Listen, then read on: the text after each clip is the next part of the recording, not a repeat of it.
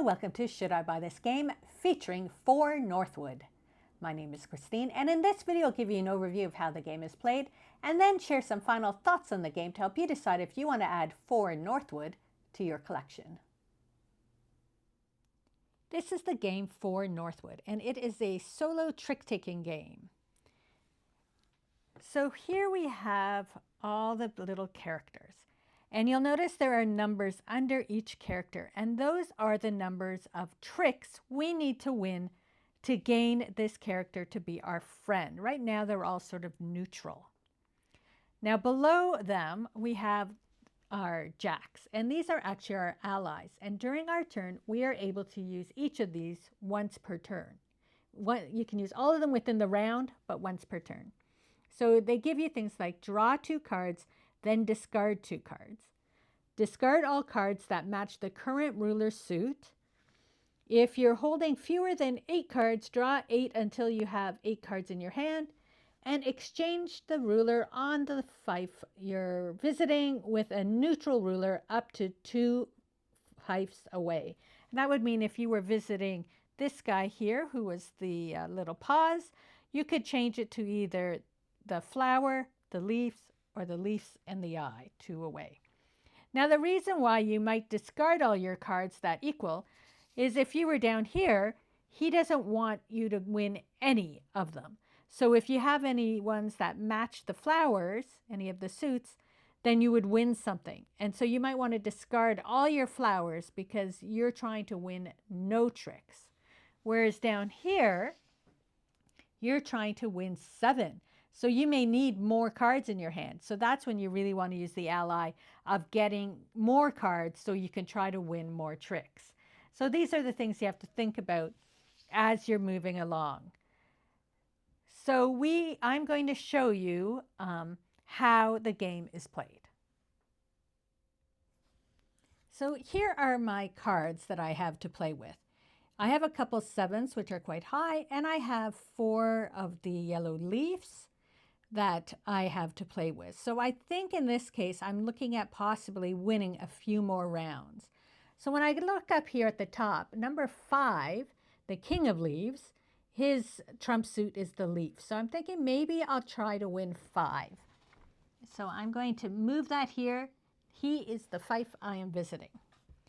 So what we do is we turn it over. Now because it is a blue, the eye, I have to play the same suit, just like you would in a trick-taking game.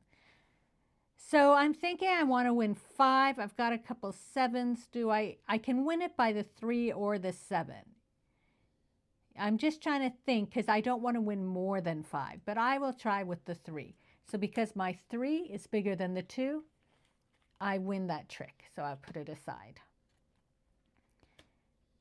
So now we have the little paw print. I have a paw print, and so because my 4 is bigger than the 2, I win that trick. So now I have to start to be a little careful because I don't want to win it because I only want to win 5. So I don't have a club, but I do have the trump suit. So maybe what I do is I'll use my big number on it. So I'm now up to 3 tricks.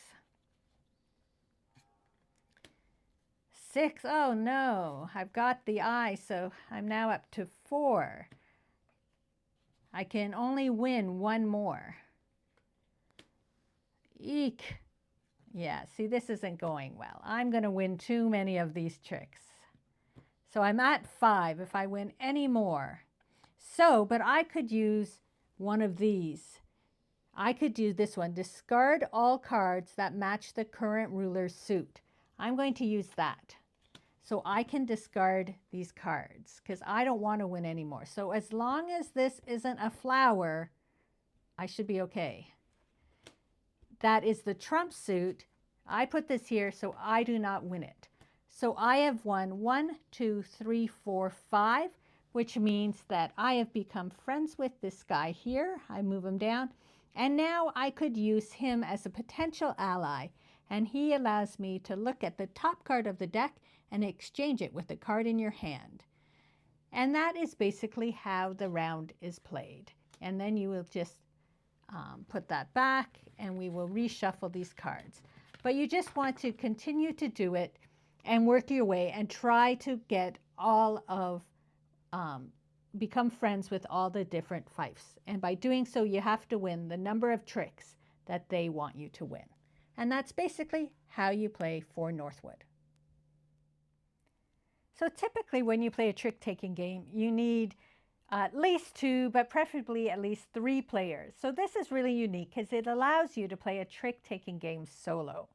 However, it is very challenging. I managed, when you're dealing with the 4s and 5s, typically you can get those, but trying to get 0s and 1s, 6 and 7s can be very challenging. And that is why they are worth more points.